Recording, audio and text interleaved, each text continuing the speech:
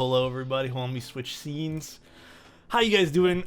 Reagan and Katana have loop stations on their head. By the way, do you guys think that fluorescent one looks real? That's the question we have for right now. Does this look real? Is that a real loop station on top of Reagan's it- head, or is it a filter that he has applied? Does it look real? It looks really like fake for some reason. Now that I see it on camera from someone else's perspective. It's way too bright. How are you doing, Katana? Very good, thank you. Thank you so much. I'm trying to pull the same trick as Reagan. I'm gonna try and drink something too. Let's see if I can do that. I don't know. This looks dangerous. Yours looks heavy. Mm-hmm. How are you guys doing in chat? By the way, it's a hologram. It does look like a hologram. When it's on someone's head, it looks like a filter. Yeah, one of the like Snapchat filters for sure. Mm-hmm. For sure. He was like, "Please take it off." He's like, I can't do this for any longer. This is new. Usually raid into Katana. I know, right? This is weird. That it's usually the opposite. Usually raid into him, and then you guys get to talk to him there. But now we get to talk to him. It's in reverse. Yeah, on Keebcast. It's very complex. We're gonna really struggle at the end of this. At the end of this hour and a half or so to find somebody to raid. We're gonna kick Katana off and we're gonna be like, go stream. It's early to go stream. And Yeah. Go stream. We'll take a screenshot and put you there. How you guys doing in chat, by the way? How you guys doing?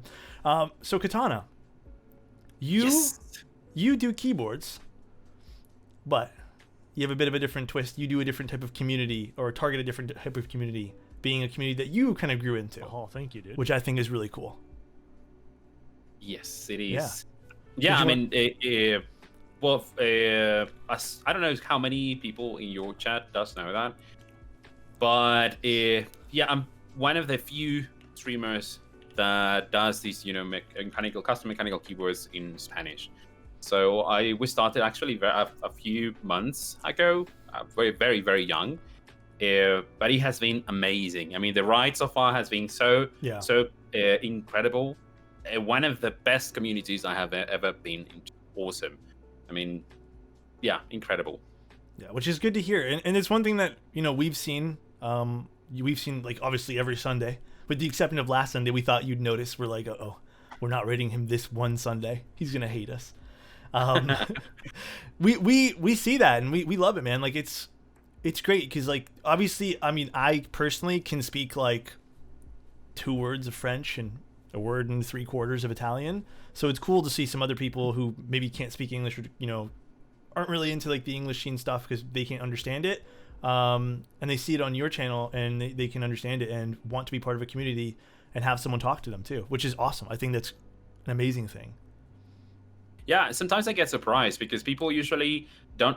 I mean, for instance, just have an example. A couple of Sundays ago, usually when you guys raid on the channel, it's very common that people say, "I didn't know there was a channel that regarding custom keywords that was in Spanish." It's not very common, and they get surprised.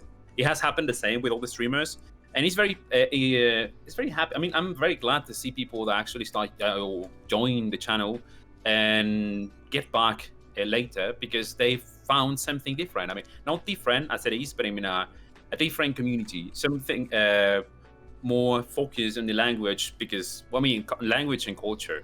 So I think I'm actually very happy to offer these so we can create something. And also because I'm looking at your chat, there are some people there. For example, Kubacek. I mean, there are some of my friends there in the chat. Yeah. But I don't know if you knew that, but Kubacek, the designer behind Pandora, he's also Mexican. So yeah, I mean, I didn't know. Chris from Kinetic Labs, he's Colombian. So there's a bunch of people, Latin American people, that having also doing these, but they didn't know about that. They didn't know there was a community in Spanish, and because of that, they haven't started to support these. So yeah, it's actually interesting and incredible. It really is. Awesome like what you do, man. There's a lot of like designers and community members that are Latin American, and there's not a whole lot of influx of Latin American content creators. So it's good that space is gonna start getting bigger. Yeah, and it's very representative too. Like there's obviously people who maybe feel like more representation is being shown when you're doing something versus something like what I do, for example. So that sense of like representation and belonging is a strong thing as well. Like you can find something, like you said, culturally that suits you as well. And actually, I have a question for you. Speaking of culture, do you notice there's any like culture differences when it comes to keyboards when you tune into a North American channel or like a Spanish channel? Well, Mexicanos represent. Also Diego. I mean, also Diego. He's Mexican too. Yeah. Well, I would say that the first, maybe not a different SDs or some sort of I don't want to use that word, but like limitations. Is the economy. I mean, we cannot. It's not a secret that how things are run in the U.S. and Canada is totally different from what happens in not even Mexico. I mean, the rest of Latin America, or Latin America as it is, it's complicated, you know. And that is, I will be like some. I don't know if that's culture, but it's something that is different. And usually, when someone starts to get into the niche, one of the things that happen is that it's too expensive. How do you manage to get a lot of keyboards and keycap sets? Not even talking about waiting, but about the money. How do you manage to get all the keyboards? Because I mean, the niche, the whole community, the Latin American community has grown because of you guys. So we see you, what you do, and what the keyboards you design, the keycaps you design, etc., etc. So it's actually very interesting. And when you try to go there, it's like, wow, those keycaps were $200. I mean, darling, you want to get that is about around $100, which is too expensive for a set of keycaps. Crazy. And is that retail or is that something like aftermarket you're talking? No, on the aftermarket. Okay. And as soon as you start to realize there is an aftermarket, you don't expect that it's so freaking expensive. Yeah. So yeah, that's one of the things. And the other, which is actually something that they're mentioning in the chat, is the ñ. I don't know if you know that letter, ñ. Yeah. Which is the one that they are actually mentioning in the chat. Yeah, it's something that we have been trying to get on keycap sets. Like, where is the ñ? The only one that I have seen is the one from Sambamon, the Jamon set, which there is one add-on that has the ñ. I think it's an add-on. That's the only one that I have seen. So, but I mean, yeah, it's something that is like, we need ñ. We need ñ. I'm not so fond of that letter. I mean, I don't think it's so important. But yeah, it's one of the things that makes different the community or the cultural difference that we have from each other, from you guys and us. Yeah. And I mean, so already put it on a set. That means that GMK should have that mold, right? So. Reagan, you're a little low, by the way, right now. Oh, maybe I should be closer to the mic. maybe the microphone. Okay. Yeah. What do you think will be the difference? What do you think it would be difficult to get an ñ? I think you know what? Honestly, I think it's probably, to be honest, it's probably first of all lack of, like, me personally did not know, so lack of knowledge first of all, because I don't use that letter at all. Second of all, I can't see it. You know, if it's a single key and it's just I guess it's just an alpha key, right? I really can't see any huge amount of like deal putting it in for kitting or including it somewhere. Cost versus demand association. Maybe something like that, yeah. If 98% of your market doesn't need it, but you have to include it, I mean, maybe put it in like an additional kit or like a foreign kit or something. But it's just the cost factors that your primary demographic doesn't need the key in like a base kit. Yeah. But the thing is, most of the kits nowadays, they have this international kit, which has some of these characters or letters from Europe, you know, like Germany, France, but they don't have an ñ. That's one of that's my question. Is like, why is it so difficult to add this character there? I don't know if it's like how do you call the things that you use to create to design it, or the templates and stuff like that. Yeah, exactly. I don't know if that's too expensive to design or to create, to manufacture an ñ, but that's the only. You mean like if it's been done before on a GMK set, then that already would exist, right, Reagan? Is that how that would work? Yes, unless the first person to ever create it paid full value for the molds, in which case you have to go through the creator of that for permission. Yeah. Otherwise GMK should have the rights to it. Yeah, so I'm not too sure, but that's honestly, it's good discussion. It's a good thing to bring up because that can spark more interest going forward, right? Like, it's definitely important to bring that kind of stuff up because if there is demand for it, then I don't see why we wouldn't do it. Definitely. Maybe in the future. I don't know, in a couple of months. Yeah. Well, you started seeing B for Alice support in the base kit. Yeah. You know, I guess as of sooner, just it's like a standard now. It's just like a communal standard, and Yeah. you know, maybe stuff like that will start to seep into the community, like adding the Enya key into an international kit. Yeah, because I think prior, if you wanted the extra B, it might have been like the Spacebar's kit, maybe, or you'd have to use like a 00 from the numpad. Yeah, exactly. Right? People are starting to realize though that like adding a B to a base kit, like having one double shot key in a kit with no other double shot keys actually brings up the value more apparently than just keeping it in a base kit. So I think that's why you see B more so in base kit than any other. That also raises the question then for things. Am I pronouncing this right? The Enya? Is that how you pronounce it? Yeah, Enya. Yeah. So for things like that, if that's going to be in your international kit and it's only going to cost you, I'm going to make up a figure, by the way, guys, a few dollars to add that in because the mold already exists, then I can't see, like, if you're going to be selling to an additional 100 people who might want that, I don't see why that would be a bad move, right? Like, I'm with it. Yeah. Yeah, it's just one of those things where it's like, first of all, I think we'd probably need more information of how to get this thing included and then execute from there. But that's definitely interesting. I did not know that. That is very interesting. Yeah, and you might start to see that more once we get more like South American or Central American vendors, because like if you have an international kit in the United States right now, you know, if it's not, I don't know, an amazing set, it might not hit MOQ for that kit, you know, because there's not enough support because of the high shipping costs from these other countries. So maybe you'll start to see that more when we get more international vendors. Yeah, I agree. There's actually some that are start to pop up. There is one in Chile, which is the name is Fancy Customs.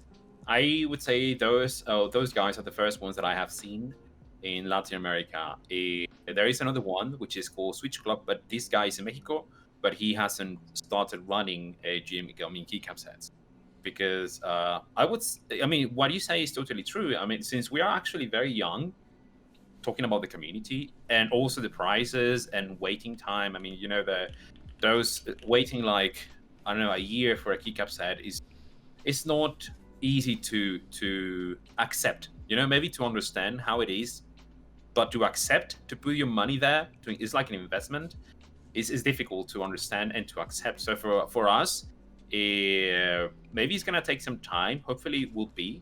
But the good thing is that there are new vendors that are coming up, and I think it's amazing. I'm so hyped because there's actually a group buy that is running now for a desk mat. Actually, there are 3 desk mats that are themed like in black and white, like patterns.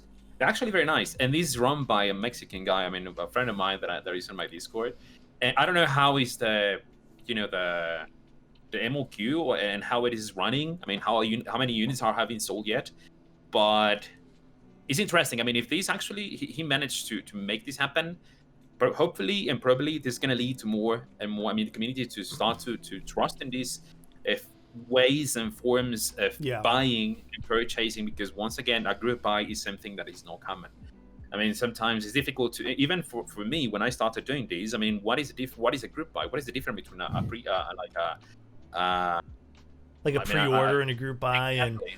And I've always struggled with that too. And one thing that I can say, kind of breaking down some terms in my eyes, and I'd love to get Reagan and even Chase's opinion on this after I give my perspective, is I think a pre-order means the product has already been secured and maybe is en route or being produced, and you're just pre-ordering your slot in this thing that's already being produced. A group buy is hitting that MOQ, and then only when the date ends does this product start production. Yeah, that's kind of is requiring crowdfunding. Yeah, so it's when a manufacturer does not want to invest and put forth their capital, and so they look to the community to fund it, and the group comes together and funds that. Yes, and this is something also interesting, because I mean, I don't want to talk bad about my own country and culture, but I mean, Mexican culture it has its own things, right? We have a lot of passion. There are beautiful things and food, but there are things that we are not proud of. There are things that happen inside our country, and I understand that if I try to sell someone like crowdfunding, like Reagan said, right? I mean, I'm selling you a keyboard that is gonna arrive in like a year, and you need to give me I don't know, $500, which is in Mexican pesos, is around, let's say, to 12,000 pesos, which is a lot for a keyboard that is gonna stay there for a year. How can you trust in the person that is gonna run the group buy that is not gonna leave? Which probably in the US is very common, that nowadays is like very common that you can trust the vendors in most cases, right? But in Mexico, yeah, I don't know. I mean, I would have my thoughts. I wouldn't get a second opinion of whether I should invest, give the money to that person or not, because I mean it's very common. I mean, you can see this. Completely. What? That makes sense completely. Like I imagine that like even the initial, the most popular US vendors probably had a hard time getting that concept across, like people spending this money for a long duration of time. But after you fulfill a certain amount of products and group buys, you kind of build that rapport. And I think that the first one in South America and Central America to really hit that and kind of blow up as a vendor is going to really take advantage of that market. I think that's going to be pretty cool. Yeah. It's And like actually, a bell curve you have to kind of reach to with income. Yeah, and it's then like, I don't investment. really trust you. But then Yeah. it's like, okay, well, I see you've already fulfilled these big group buys. You've been in charge of a lot of money. And you build rapport. Yeah. Reputation. These guys are running Civilization, by the way. So I think it's very interesting. Hopefully they can reach and hit the demo queue. Hopefully, so I mean, there's as you say, people start to see, oh, this actually works. Yeah. Let's see what happens with other vendors, right? I mean, we just had. I was talking to you a little bit about this prior to the stream. I don't remember what the company is called, but I mean, like I can go take a look if you guys are interested for later. But I know some places. Or some people, there was another recent one here that happened in Canada. I had to take down from my vendors list. I've never had any experience with this company before, but I put everyone up there, and then if I do buy from them personally, I give them a star basically. But someone again just kind of like bailed out, and I got word this morning that the reason why they bailed out of like sales and shipping people things and just kind of like ran away with people's money is under the veil. Oh, it's it's a failed project. I'm just gonna leave it alone. But you've taken people's money. So it's like, there's definitely, it's not just, I think there is definitely places here in North America that suffer from that same thing, but I mean, and we've seen it with group buys in the past too, especially in keyboards. Also, everyone keeps asking about the 10U spacebar. They want you to talk about it. Yeah, I'm curious. It's a Pandora, I assume? This is one, it's a Pandora. I mean, this one is from the roadside, from the amazing Eduardo Kubacek. And he's designing, because I don't know what happened. I mean, how did this idea came up but he decided to run this group. I think it's a sale. I don't know if it's a group or a sale, whatever. But he's running. I mean, he's offering these 10U space bars in like 3 different colors. Actually, you can buy them now, in case you want your Pandora with a 10U. I don't know if the new, because I don't know. Hopefully, Cuba is not gonna kill me. But he's designing a new keyboard. I mean, the 65%, which is the Atlas. Cool. Probably that's going to have also a 10U spacebar. So, yeah, I mean, it's, you can, if you want to, you can talk to Cuba. I think. Yeah.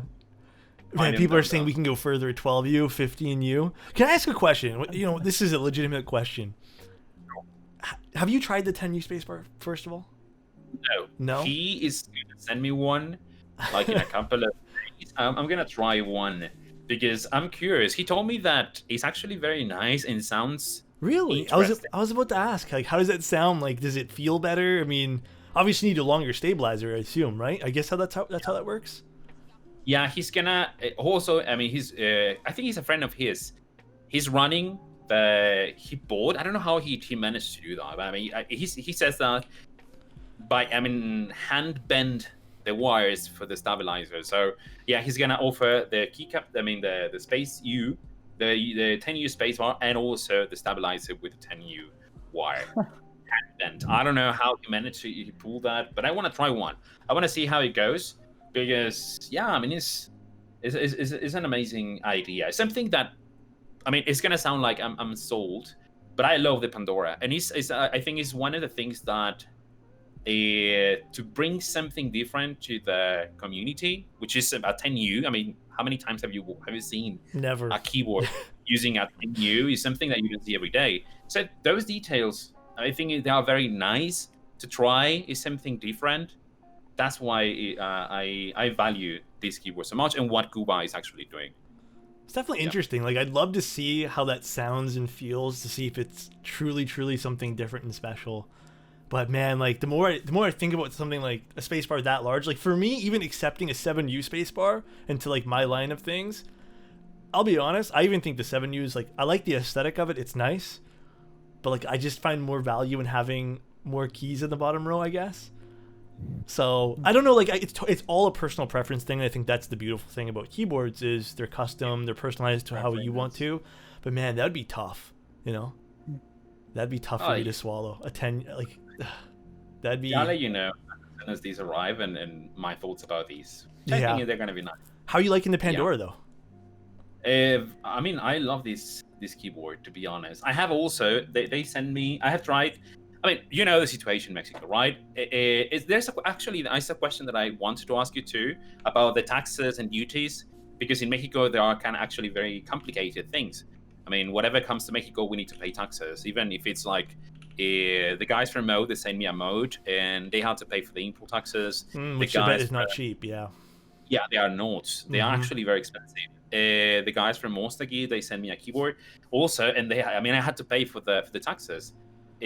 But comparing all these keyboards with the Pandora, which I mean is not a fair comparison, I really love that keyboard. Once again, it's gonna sound very cheesy because I love Kubacek.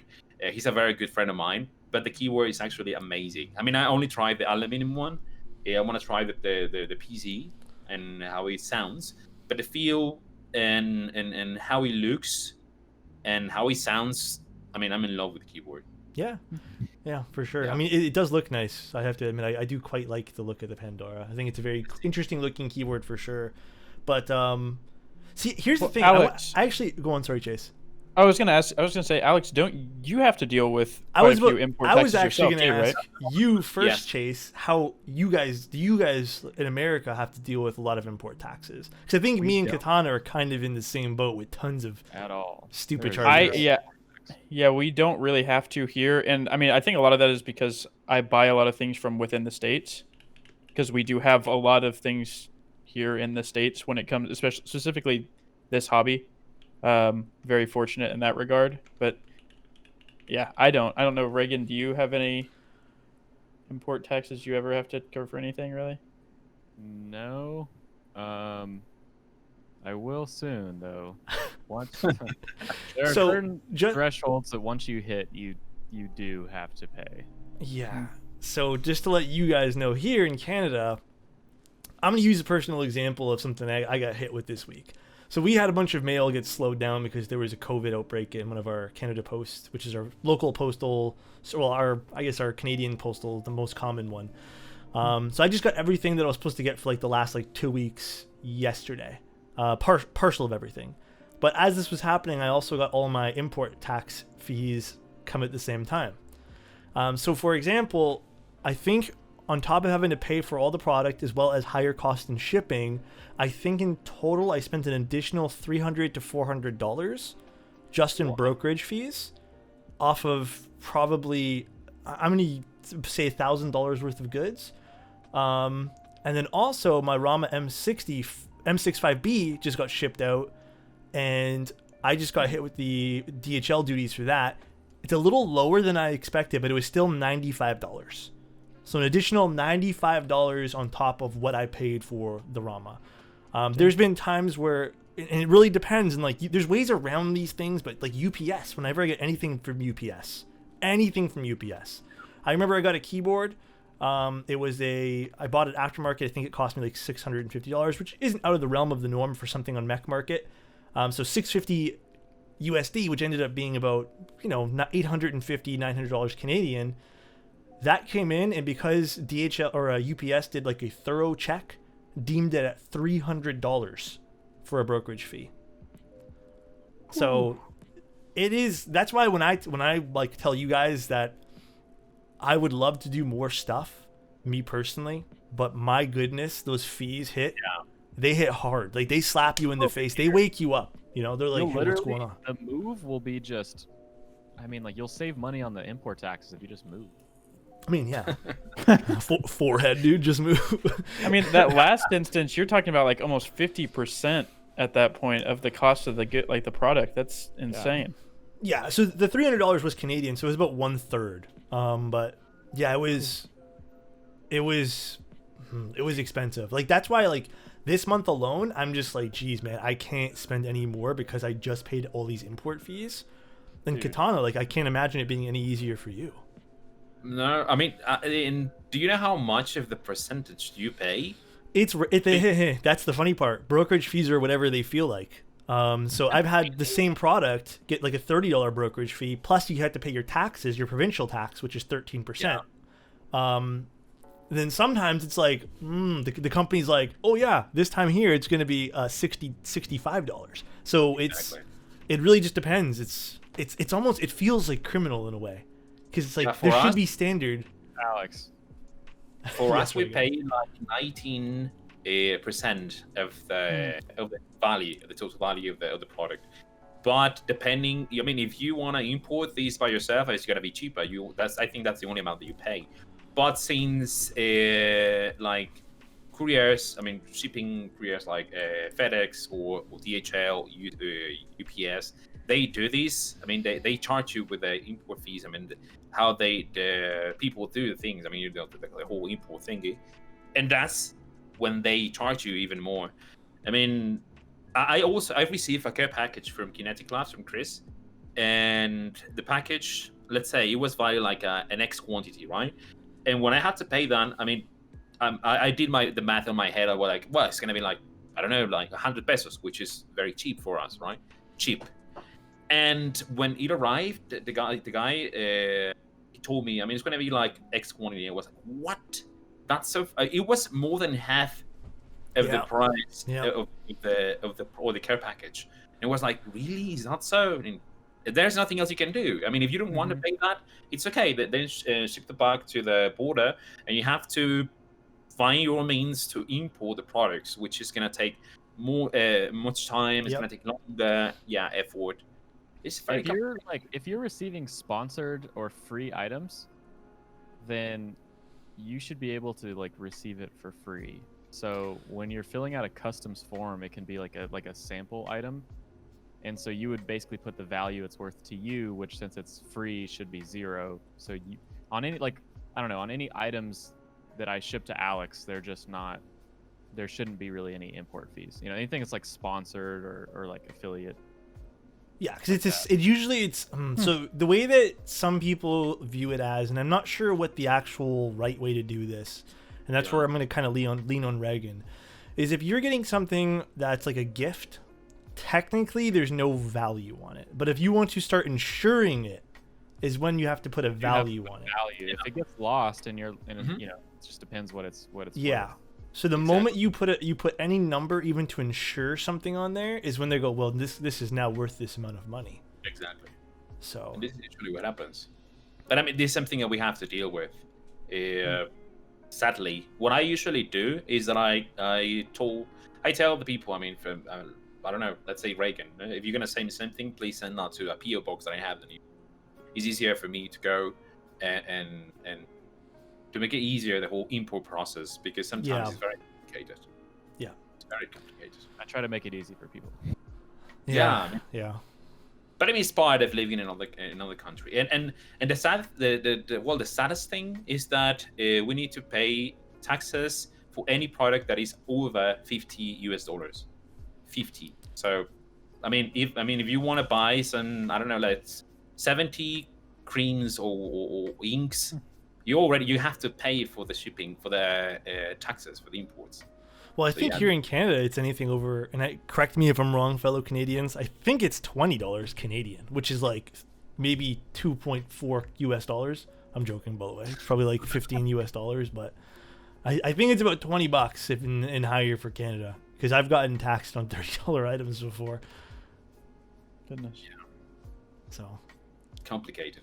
It is very monopoly money. Yes, Axe. That's exactly what it is. Just monopoly money. If you guys haven't seen Canadian hard money's dollars, not real, man. dude, it's like, look at this. I have a question for you guys. If you allow me to ask you questions. Go for it. Yes. Yeah. What? And I want you to tell the truth. I want to be honest with me, Sure. with the chat. I want to know before you knew about the whole, you knew me, right? What was your perception about the Latin American community regarding you? I'll be honest, probably no perception at all. I mean, like for me, I'll be honest because my involvement in Twitch, I see people who come in on nights going, "Oh, I can't watch." I never really ask, "Hey, where are you from?" But I know like one of the big reasons I started doing a Sunday stream at 1 p.m. Was to get more people from around the world who want to watch these things involved. Obviously, like the only language I can speak is English, but I wanted to get more people involved at 1 p.m. who couldn't watch my normal streams at 7 p.m., which is for me after work and after I have dinner and I feel a little bit more fueled and energized. But that's pretty much how much I knew. Like the only like I guess places, because again I've made friends in those areas, are some parts of Germany, Belgium, Australia, South Africa. Mr. Kibbs, right? Sorry? Mr. Kibbs? He was the From first Brazil? person. He was literally so, and that's the other thing too. Like I knew, so he's from Brazil. If I'm correct. Yeah. So I knew Brazil right away had a keyboard scene because one of the things that I always tell people is when I got into the hobby, before buying anything custom, I bought, well, I guess technically it is custom, the tofu. I bought tofus, and that's all I knew. But I really wanted a Rama. Like I just needed to have like an M60. So I went on Mech Market. First time on Mech Market, I look for an Rama M60 listing, and I see one, an M60A Lake Blue. So I was like, I was okay. in the call with you when you bought it. I just want to say it. Yeah. And I went to go buy it, and this was the very first keyboard I ever purchased that wasn't KBD fans. And wasn't paying attention to usernames, nothing, but he was the nicest guy. He sold it to me. He's like, if you need help, I can give you help. He even threw in some switches, which was like, because I told him this is my first keyboard, that like, I'm from, I don't know, like it's expensive. And turns out it was Mr. Keebs. And he was my very first experience with anyone that wasn't Reagan really inside of the community. So that was my very first kind of like person that I have met inside the community. But again, like it wasn't so much that I asked Mr. Keebs where he was from or anything like that. I was just happened to be Mr. Keebs. And like every whenever I can, because his stream times I think are a little earlier for me. I'm usually at work, but I'll try to tune in. But yeah, he was such a great guy, But yeah, and I've made friends like everywhere now, and now I'm at this realization where it's like very international. Keyboards, a lot of people everywhere are international. But in terms of certain communities, like if you were to ask me if there's like a German community, I have no idea. Maybe a Discord, but I don't know if there's like a German streamer, or even someone There like. Is I there? follow them. Yeah. Yeah, like I'm not too sure, and that's partially on me not being able to. Like I put my thing on English a lot of the times, and one thing that I've been doing is whenever I see you online, Katana, I hit the join button to see who you're watching. Okay. And that way there I can see, and that's another thing, if you guys didn't know, if you guys want a good way to discover new people on Twitch, if you're friends with Katana, you can actually see on the bottom left of your screen who he's watching and join in. So Actually, yeah. yeah. Okay. But yeah, that's kind of how I kind of discovered people in different communities. But again, it's been a long journey because there's so many different people who stream from all over the world, right? What if he's watching Amaranth? I mean, if he wants to.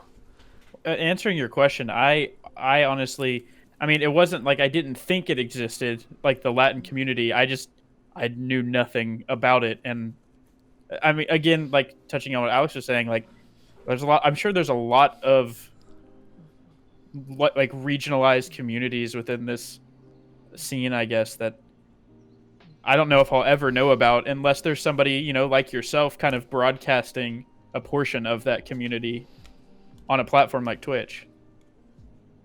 Okay. Yeah. Well, what about you, Reagan? Keep doing what you're doing, man. You're setting the wave for the Latin American community. You keep doing what you're doing, buddy. Yeah, like there's, I definitely know there's there's a few big ones now, I think, or bigger ones from all over the world. who do keyboards now, and we're even seeing like mainstream YouTubers pick it up now too, who are really shedding a lot of light on there's been a lot keyboards. of content creators like popping up, which is awesome. Yeah, a lot of them, which is crazy. I've seen a lot of them, and I think it's very nice to see a bunch of people actually. But the thing is, I mean, most of them are in English. That's one thing, and that's something that I tried to do. I mean, I could have tried to do the streaming stuff in English. I mean, but I wanted to offer the community something. But you know, sometimes, well, it's not as, I don't know. I don't want to say like I might not put myself into the victim situation, but it's difficult. I mean, especially since there's things that are not easy for us. But I mean, the question was, I asked because, or the reason of the question was because I want to make this community as big as yours. That's something that I always say to the people that is in my chat. It's like, guys, we need to show everyone else in the world that we are also, I mean, we are creative and we can come up with some ideas. We can make this good and big, right? Yeah. And yeah, that was the reason. And I've been trying to do this, hopefully, in the future. And thanks to people that I have met. I mean, for example, the Gringo, Jordan. We love Gringo. We do. Yeah, I mean, the thing is, I mean, Jordan, I see this guy every freaking stream. I mean, in all streams, he's like omnipresent. He's everywhere. He's in Kickholes, in yours, and Apiary, and Savin. But he's an amazing guy, and he has been helping me to connect. I mean, he introduced me to Raycon. So it's a bunch of different connections that I have made because of these. I mean, there's like networking, and yeah, I mean, I basically what I'm trying to say is that hopefully we can make these as huge as you guys are. I think networking is a big thing, and for anyone looking to get into social media for anything, I know there's definitely going to be always things like language barriers, there's going to be barriers in terms of income, etc., etc. But the one thing I say that usually only costs you time is networking. Networking is huge, like meeting new people, communicating, conveying your ideas, showing to someone else that like, hey, I'm doing this, just putting it out there type thing.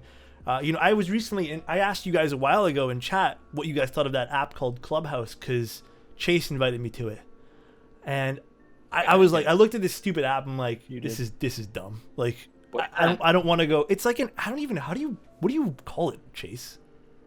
So Clubhouse is a new social media app that has been pushed out like over the last month or so, and it's really just like you just join different chat rooms with people and you just talk. Like, did send me an invite. Yeah, and it started to blow up. And the cool thing about it, I guess, is when you get you have to get invited by somebody, and when you get invited, you get 2 invite links to send to other people. Wow. So it spreads via people sending you a link to the platform. Like a so virus. I actually I randomly joined a Twitch streamers one, and I knew going into it, I'm like 90% of these people are going to be playing video games, and they're going to talk about video game experiences. However, I went into one the other day, and it was for Twitch streamers, and it was from all over the globe. I think there was about 30 people talking, and everyone's taking their turn talking, answering questions. It's a lot of smaller streamers asking for tips and stuff like that. But one thing that I did not realize that would happen was we actually had people from Disney. Disney executives came in who obviously manage more video game stuff, came in where we're talking to these Twitch streamers. And then we even had someone from, I think it was Capcom, come in as well. So I was like, wow, like this is an interesting way to socialize with more people. And I brought up keyboards, and instantly 3 or 4 people were like, oh, I'm looking at Rama keyboards. Oh, you do keyboards? And I was like, wow, okay, so now more people they're talking about it, and that maybe sparks interest in things like Disney or Capcom or something like that. Because, 3 or 4 people like lit up when we were talking about keyboards. So it's very interesting, and being social, and I always say this, because we're on social media, I think a lot of people tend to forget the social side, like the actual behind the scenes social side of social media. I think a lot of people who start streaming, boot up their stream and expect things to happen. but we forget that a lot of stuff needs to be done, like what you're doing behind the scenes, to talk to people and spread the word of like, hey, look what I'm doing. There's something. I was looking at your stream because I'm always lurking your streams. I usually don't type because I'm doing something else, but I'm looking and listening to what you're doing. And there was a comment that you actually said about when people are asking the same questions in the hobby, right? I mean, the niche, like, what's the best switch for these, and what's the best? What's your favorite whatever, right? Like the ones that probably you have heard thousands of times. The Reagan has a Chase have heard. I mean, we all know the answers, right? Just preference. But the thing is, when you mentioned something that when actually maybe the person that he's asking, and this is something I have lived now, maybe he doesn't want to know. I mean, probably he should go and search in Google, right? Look it up. That's the best thing that person can do. But the thing is, and you said something very interesting, is maybe that person wants to connect. Maybe the person she can actually go and look for the answer, but maybe he or she just wants to talk to someone, to share the experience of actually, like, what's your favorite switch? I mean, we know this preference, but I mean, I want to talk. Especially now that we are locked down, is like one of the few escapes that we have, the ways to connect with people. And I mean, I had to be honest, before that comment, I was like getting tired of what's your favorite switch? What switch do you recommend? What stabilizer do you recommend? Blah, blah, blah. It's like, and now after that, it's like, okay, I know the answer, but let's talk. Let's see what he or she wants to say. I mean, I mean, like, if you guys go back and look at the VOD today, I think yesterday, today, all week, I've been getting about the Sokka 68 because it's a cheaper base kit. And I don't think once yet I've been like, oh, this question again. I'll say the same thing over and over and over again and try to have like a good conversation with people, because I'm exactly what you just said. Like, if someone wants to talk to me, obviously I'm not gonna say that, like, oh, this person's dumb for not using Google. No, they probably want to have a real conversation with a real human being and not Google something, right? We've talked about this before. Yeah, no, exactly. It's like, just be nice. Yeah, and I think that's like one of the biggest aspects, and like what people get from the keyboard community, at least from my experience and hearing other people's, I'm going to use the word horror stories, is they'll join a community, and even in audio this happens, they'll ask a very common question, they're maybe looking for that human interaction, and they're just getting met with like these troves of, you didn't know that? Yeah. Like, go look at Google, Sorry I didn't spawn into this world with an infinite knowledge of keyboards. Yeah, so it's just one of those things where it's like, I strongly feel that we're on social platforms, and if I want to just tell everyone to go look at Google, then like, what am I doing? Like, why am I here? Like, if I'm just trying to entertain people, then I should turn off chat. But if I'm trying to entertain and communicate with people, then I not have to, but like, I think it's a good way to communicate with people. Yeah, and maybe sometimes the person that wants to talk, he or she is not as, or she's shy, maybe. Yeah. So it's not easy. We know what the deal about the keywords is, but I mean, the first time that you jump, or you get into a new Discord server that is full with people talking about keywords and using terms that you don't know, like very technicalities, like what is how many types of plates there are, switches, blah blah. Maybe that person, he or she, is afraid to talk and to ask. And the moment that person decides to talk, when she receives the answer like, you didn't know that, with that sort of with that the way of answering the questions, I think it is something that I have been trying to not control, but to try to change this mindset, because it's I mean, we get tired. I understand that, but there is always room for new people, and if we want this to grow, there's nothing bad to be polite and nice, as Reagan said, right? Yeah, and like even Codium saying that they want to see a reaction. Rob's saying people forget they don't know at one time as well. Blackhearted says that's a right set of mind there. I mean, like, I totally agree with all these things, guys. And that's one of the biggest things that I will always say is, like, how can we call ourselves a community if no one actually wants to become like a community member? Then we're just another fucking corner of the internet who's just gonna mindlessly buy things and flex on each other until we all get bored of it. That's what it'll end up being. But if we want to continue the community aspect, we have to remember that there's going to be new people who are going to ask those same questions. Yeah. If you all could look back to questions you asked in your first 30 to 90 days of keyboard community, Yeah. I don't know. I mean, or you'd think something. Where would this hobby and this community be if for the last year or so, like, Discord wasn't a thing? Like, Discord has been such a big part of bringing this community together. It's crazy. Forums. Yeah, we'd still be on forums, which I think we're all happy that Discord exists for that specific reason. Yeah, and I agree. Toxicity kills communities and stuff. I definitely agree with that. It's just one of those things where it's like, I said this from day one, and I remember telling Space this as well. Like when me and Reagan first started doing things on the internet, it was around the same time, and I told him, I'm like, we were talking about what our goals were. And I was like, man, I'm getting a little traction here on Instagram. I think I had like I think I had like 800 or 900 followers. And I was like, this is a big deal for me. Like, I want to do something fun with this and something nice, because like I've been in communities, like, for example, a large portion of the audio community, I think it's changing now because we have great creators like Tyler's Electric and a bunch of other really cool people in the audio community all over the world doing better things. I was met with a lot of like LOL stupid, like LOL you don't know this, like go look up a curve graph that I'm supposed to magically know what curve graphs are for audio and stuff like that. Like, I didn't know.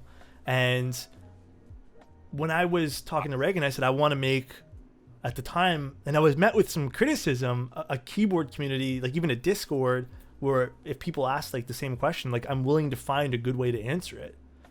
And I remember people at the time, like, and I still remember them, were just like, so you want to cater to noobs? It's not about catering to noobs. Like, that's such a stupid way to look at it. It's like, I want to cater to people who are willing to learn. Yeah. I want to be willing to learn, and that's the one thing I'll always tell my chat as well, that if I don't know the question or the answer to a question, I will go learn it, or let's talk about it and let's learn together. Do you guys think that this refers or can attach to the term gatekeeper? It's something that I have heard this term like 2 times in my life, and only in the keyboard community. I mean, not even in the Mexican or the Latin American, in some forums that I have been in, whatever. Yeah. And I have heard those terms, but do you think this has to do with that? I mean, being a gatekeeper and how you address people that the newcomers that want to know about keywords, you're closing the opportunity because you feel something, or whether you're tired or you feel, like in a different position that these people are? I mean, the gatekeepers started off not knowing anything. Exactly. Yeah. I don't know. I think that maybe they're just insecure. And I think when it comes to gatekeeping, I mean, there's a lot of, like, even in the fashion industry, there's gatekeepers. In any sort of hobby, you're gonna have gatekeepers. And I think what that stems from is, like, you've reached a level of knowledge and you're so comfortable with that now I think it is a level of insecurity, because you've reached that now and there's people coming up and you're going, well, no, you're stupid, stay down there. Mm-hmm. Because I want to stay up here. I don't want you to surpass me. Yeah. I want to stay at the top, don't surpass me. And I've also talked about this on my stream too, which is let people reach what you're getting to, let people get higher. You can look at those people and go, what are they doing right? I want to get to that level now too. That's the only way. The only way for growth is for that to happen. Yeah. Right? The only way for anyone to learn more and for us to push the boundaries and for us to design new things is for that to happen. Is for us to, like, let people in who are new to designing things. Yeah, they'll make mistakes. They'll fuck up. 110%. But we've made mistakes. We've fucked up. We're all human. And exactly. If someone does something wrong, then we should be nice enough to give constructive criticism instead of just demeaning and yelling at people, right? So that's the only way to learn, to grow. I mean, it's something that we need to do. I mean, mistakes, we need to value them and learn from them. But sadly, or not sadly, the reality is that none other people know about that. And the moment that one of the idols or figures, I mean, the role models that they follow, they see that these people are actually down, I mean, talking down or talking shit about these people because of making mistakes, is like, not all of us know and understand that this is actually nature or natural to embrace the mistakes, and there are people that they are not as or they don't deal with mistakes correctly, and they follow what they tell you. I mean, you're stupid. If this person is told me that I'm stupid, I'm probably I am, which is not, you know. And this is something very sad, and this is something that I have seen in some parts, and it's like, wow. I mean, people. I thought the only toxic community was League of Legends, but sometimes, yeah, you find things there, and this is something that has happened on my Discord server too, and this is something that I don't like, and we have thought about that. We have tried to talk to people about these because it's not cool. I mean, you know, it's not nice. Yeah, and guys, I see everyone's comments, and you guys are like making my heart stir. You guys are honestly hitting all the right notes. For anyone who's listening on the podcast, I urge you to come watch this. There's a lot to read out. A lot of people are being understanding, and that's a huge thing. A lot of people are saying that we're hitting the nail on the head here, so that's huge. And just let the 10U happen. Yeah, I mean, like that would be hard to just let it happen. We just need more keywords for that first, right? I actually want to try a 10U. I think that's. I mean, like, it'd be cool to try. I'm open to trying it. I think it'd be interesting to see. But someone asked if burnout is part of gatekeeping as well, and you know, by not answering the same questions, I don't think it necessarily is. Like, if you're just, for example, if you're not feeling it one day and you know you've answered the question like 3 or 4 times, I think just because you're burnt out doesn't mean you're a gatekeeper. It just means you're tired. But if you're going out of your way to demean those people, then yeah, you're gatekeeping. But I mean, like, I've missed things before, or maybe I've forgotten to answer things. I mean, again, like, there's someday chat doesn't move very fast, and there's someday chat moves quick enough to where I miss a few things. For example, anything Chozo says, for whatever reason, I miss. Sorry, Chozo, I love you. It's because he's all green. It's because he literally has everything in his title, including the icons, all green. So he just blends in with everything. Alex Lightning made a really good point on his too. Real talk, people outside your closest family and friends don't teach you how to navigate basic things like personal finances and managing your own time. Similarly, I can't speak. Experts don't like being involved in what you seems to be a menial because they minimize it to be insignificant. I agree with that. Yeah. Even like I saw that Lightning also said, you know, stuff about growing up too. And that's one thing too, when we're kids, at least most kids that I've seen, when they discover something cool, they want to show all their friends. You know, they'll repeat the same fucking thing, and I know because there's kids everywhere, and when I speak to kids on Discord or whatever, they'll be so happy to show me like this one thing over and over and over again, and like DM me every single day to remind me about it. And I think it's adorable. I think it's awesome that kids want to do that because like it means they're proud of what they've done. You know? Yeah, I mean, I don't know if you knew that, but I'm a teacher. I'm an English teacher. Yes, I teach English. I have taught in elementary school, secondary school. Well, I mean, in Mexico is like primary school, elementary school. Then we have high school. Then we have college. And I have taught in all of these all different levels of education. Mm-hmm. And one thing about English, the best students that I ever had are the younger ones. I mean, not because there are misconceptions about people thinking that if the younger you are, your brain is easier to. It's like a sponge, right? Like you get things, and it's easier for you to learn. And the older you get, it's like it's harder to teach people to learn something, right? Mm-hmm. But I don't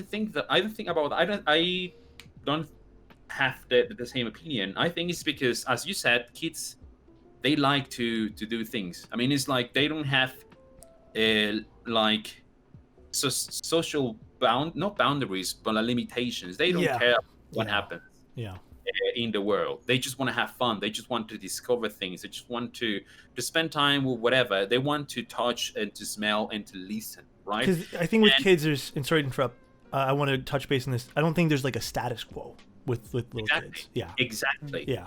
And what happens is, I mean, you can see that with small kids when they are starting to learn whatever language they're learning, their mother tongue, let's say English, and as soon as they start, making some phrases or talking them and saying whatever word they want to, their parents, they are very happy and they applaud, they congratulate, they cheer those things, right? And what happens when, and I mean, this is a question for you. If you want to try to learn Spanish and I want to teach you a word, will you be willing to try to pronounce the exact way that I'm trying to teach you? Or will you feel some sort of inhibition or some sort of social pressure? Because this is very common for us. I mean, I told you, I have taught people, I mean, my age, to try to learn English. And when I tell them, you need to pronounce this word like this or what that or whatever, you know, like Harry Potter, whatever, water. And they start to laugh because they think it's funny, or because it's like, no, what other people are going to think about me. This is something that kids don't have. That's why they learn. They don't care about what happens. They even say, they curse and people applaud them. Kids, So I mean, it's funny that you say that, because like there's a joke on, you know, on my stream, which is like I can barely pronounce the words in English, and that's the only language I know how to speak. And like this morning, well, I'm Canadian, so we have a bit of, I guess, an accent on some stuff. You have But an accent, I'll man. I'll continue to say things the way I say things, and everyone has a good laugh. Accent. What? You have an accent. It's there, I guess. Frank, Katana has an accent too. yeah. But which I want to add that you learned English initially from an Australian teacher. Is that correct? Yes. Okay, because you do have like a small tinge of an Australian accent in some of your English words. Yeah, one of my favorite teachers she was Australian, and my best friend, he was Mexican, but he lived in the UK. So basically, when he arrived and we started talking, I got all the pronunciations and all the things from it. But yes, I mean, you were the first one that told me about that, to be honest. I mean, I haven't realized about that, and when you told me, it was like, you know. Well, yeah, I remember because when I first talked to you, I was like, did you learn English from an Australian person? You nailed it. Yes, indeed. But yeah, Wilbur says he doesn't hear it. Wilbur does. Okay, well, that's fair enough. Outside looking in, I hear it. I think we should encourage learning in our community. I agree with that, Chrome, but perhaps not everyone needs to be an educator, but we should be kind to others. I mean, and that's the core message to anything, right? It's just be kind. Exactly. Totally right. Especially, I mean, since we are...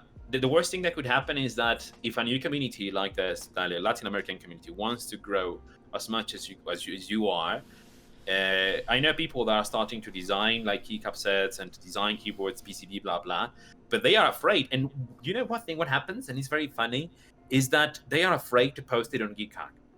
It's like, no, you can't do that now. I mean, you need to wait. You need to wait until you're freaking nicey. It looks like a group buy in order for you to post it on GeekHack. Because if you do that, they're gonna roast you. I mean, you're dead.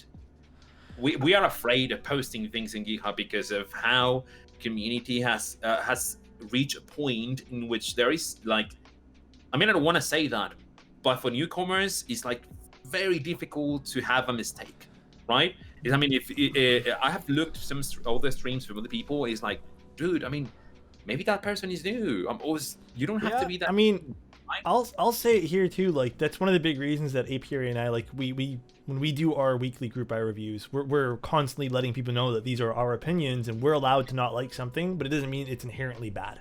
There'll be things that we point out that might not work, period, and we'll be like, hey, during our IC, reviews, we'll take a look and be like, maybe this won't work.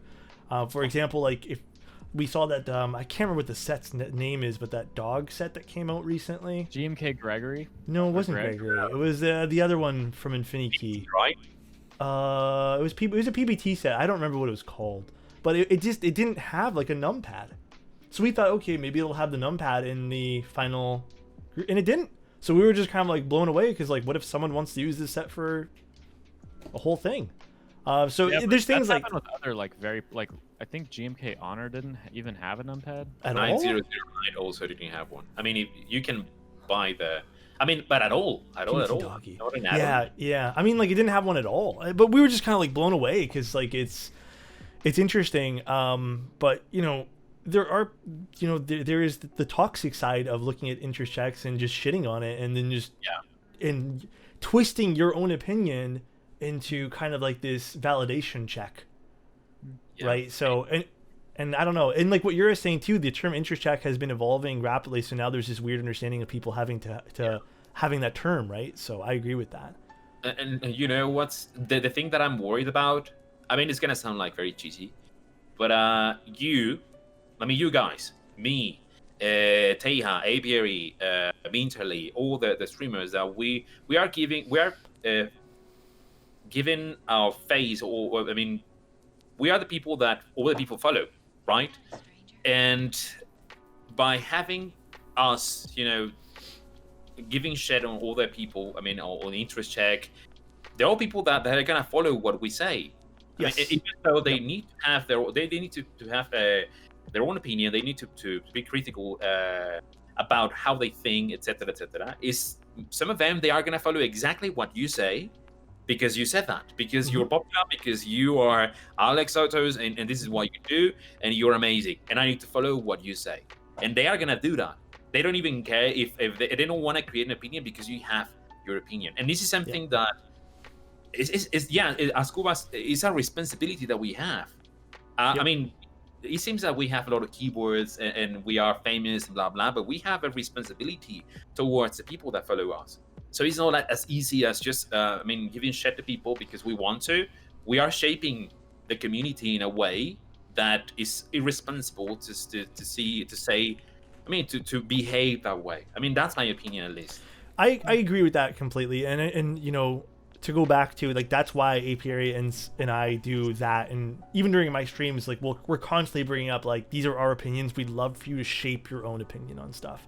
You know, like I'll even put Gringo on the spot. Like Gringo is great because like there'll be times where we're talking about something and Gringo has like a totally different opinion on it, and he's not afraid to bring it up, and then we have an actual discussion sometimes on stream. You know. Even I think during Keebcast is like usually when most of the, I'm going to say not spicier stuff, but you know, more of the in-depth stuff happens. But it's interesting, and like that's something that I encourage, and like, you know, personal preference and having an opinion on things is something that I encourage. And I brought this up with Teja as well, because Teja inspired me by saying, I think he said it casually, but it stuck with me, and it's somehow it's what I already had felt, but he put it into words. Being, a lot of us are building keyboards on stream, right? We're building it, we use it for maybe 15 minutes after we build it. How can we call that a review in any sort of the way? You know, like it's an impression. We're giving our impressions of something that we built our own way. So for someone else to be like, this keyboard, for example, the box sounds good. You know, in my opinion, yes, I think I like it. But there's someone else who could now listen to that maybe through a different filter or, you know, through some other sort of mentality and go, this is not that good. And what we always try to encourage now is you're okay for thinking that way. And no one's going to hate you for thinking that way. You're entitled to your opinion. Exactly. So everything you create, though, is your opinion when you voice it. But, you know, I do have to admit, like when you've been looking at something like the YouTube sphere of things, a lot of this stuff is taken as cold cut reviews. Like, this is good. Don't buy this. Buy it because I told you. Use my affiliate code. I get you know, kickback. I get 5%, you know, from selling this. So it's like you get that, and there's like, and this is why I try to I be very mindful about what I say as well, because at the end of the day, like, you don't want to be lumped in with people that are just pushing a product because they get a kickback. Like, you're never gonna get something that's gonna be a true review. And even now, like, even when I'm taking on things too, more projects, and if something else is something like, you know, like, yeah, you can get a kick, I'm still going to be like, yeah, like, this is, at the end of the day, like, I'll be honest with you guys, like, it's not much. But at the end of the day, it's just me giving my impressions on something, and someone else could build something up that's the exact same product as what I'm working on and make it sound a million times better. I'm not the best in the world at doing something. And that's kind of what we explain, right? Alex looking handsome tonight. Thank you, Splavocado. I appreciate you. Everyone's looking handsome tonight, and beautiful, and wonderful. Yeah, I there's one thing that I want to mention really quick that it has nothing to do about the conversation we're having, is that I love your compliments. I love the scuffed compliments. Yeah, the adding of those. I mean, using the points of each channel.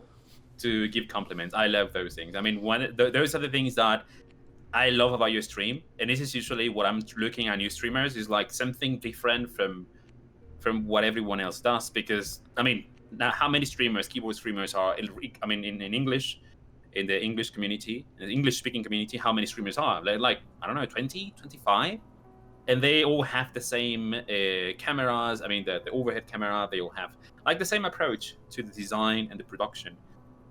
But those things are the ones that make a stream different, you know, like having these a compliment. That sometimes they are very good. You have very good days, by the way, and sometimes some of them are just absolute shit. Yeah, but I try to be nice, you know. It's organic and natural that it looks so freaking amazing. You know, those are the reasons why people stay with you. You know, because you do something different from others. I love also the approach to the cameras that you have one and the other is like two people talking. And those are the things Did you see my newest addition here being the... It's slightly moving right now. It's twisted differently. Sorry, I have the hiccups. But it's moving back and forth on its own. I don't know if you... It's very subtle tonight.